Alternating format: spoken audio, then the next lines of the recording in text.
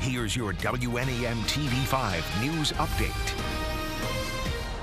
Good afternoon, everyone. I'm Colette Boyd. Here's a look at the top stories we're following today. Late night storms across mid-Michigan leading to several counties under tornado warnings into the early hours of the morning. That damage includes a house in St. Charles where a tree fell right through one of the bedrooms. A woman was inside, but she seems to be doing okay today. We spoke to one of her neighbors this morning about how that scary moment unfolded.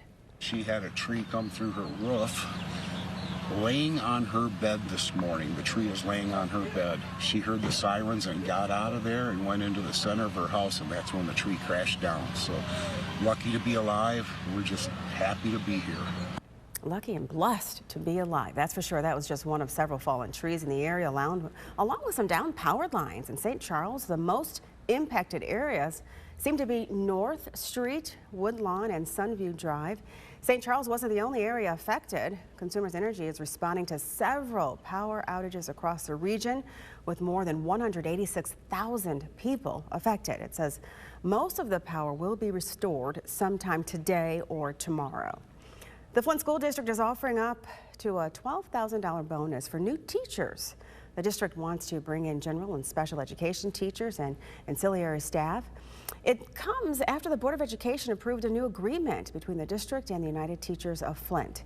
Employees who refer qualified candidates can get a $350 referral bonus. Now here's Stone with your first alert forecast. Yeah, thanks, Colette. Well, we had an active night last night. I know a lot of people were woken up by tornado warnings, strong winds, obviously damage around the area. And these are your storm reports that were given out last night. There are still some filtering in. The National Weather Service is still going through a lot of them. We'll see this map continue to update as we continue through the rest of the day. And we're not seeing any of those tornado icons just yet. Even out there to the west where we did have a tornado on the ground, video of it, they haven't confirmed it quite yet. We'll see what the National Weather Service does today for our area, though. In areas like St. Charles, Gratiot County really was one of those areas that had quite a bit of rotation at times. Then down there in Atlas Township, Genesee County into Lapeer County was another area that did have some rotation. We did see a debris ball there, so we'll see how the National Weather Service gets out there and confirms that as well. We're not seeing much reports down there, so if you do have a report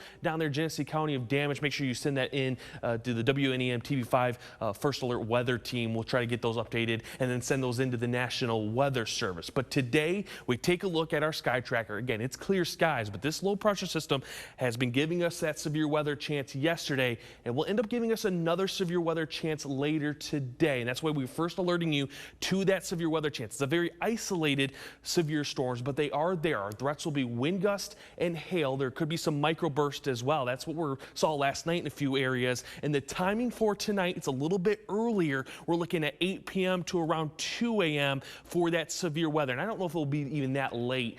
Probably about 8 p.m. to midnight looks like a better window right now for severe weather. And as we looked, the SPC actually did issue an update just a few minutes ago. They have now put that slight risk down to our southern counties. I think that's really what we're seeing is models suggesting maybe a little bit more energy down there to the south from that 8 p.m. to about 2 a.m. time period. When we look at our energy, this is CAPE. This is telling us how much energy is in the atmosphere. We can see that low pressure system out there to the far west.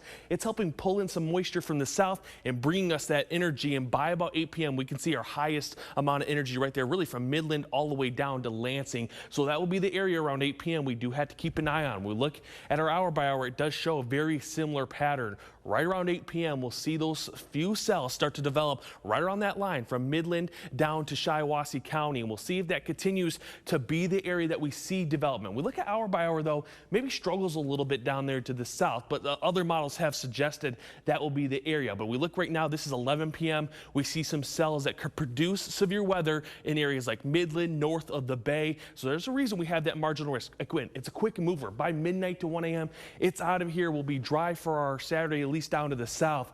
You do get some more rain chances north of the Bay. That's at right around 10 a.m. on Saturday, and then that moves out. We should be dry for the rest of our weekend. 7-day forecast, though, does show us we are going to cool down. That low pressure system maybe pulls in some cooler air, sets us up for below average temperatures.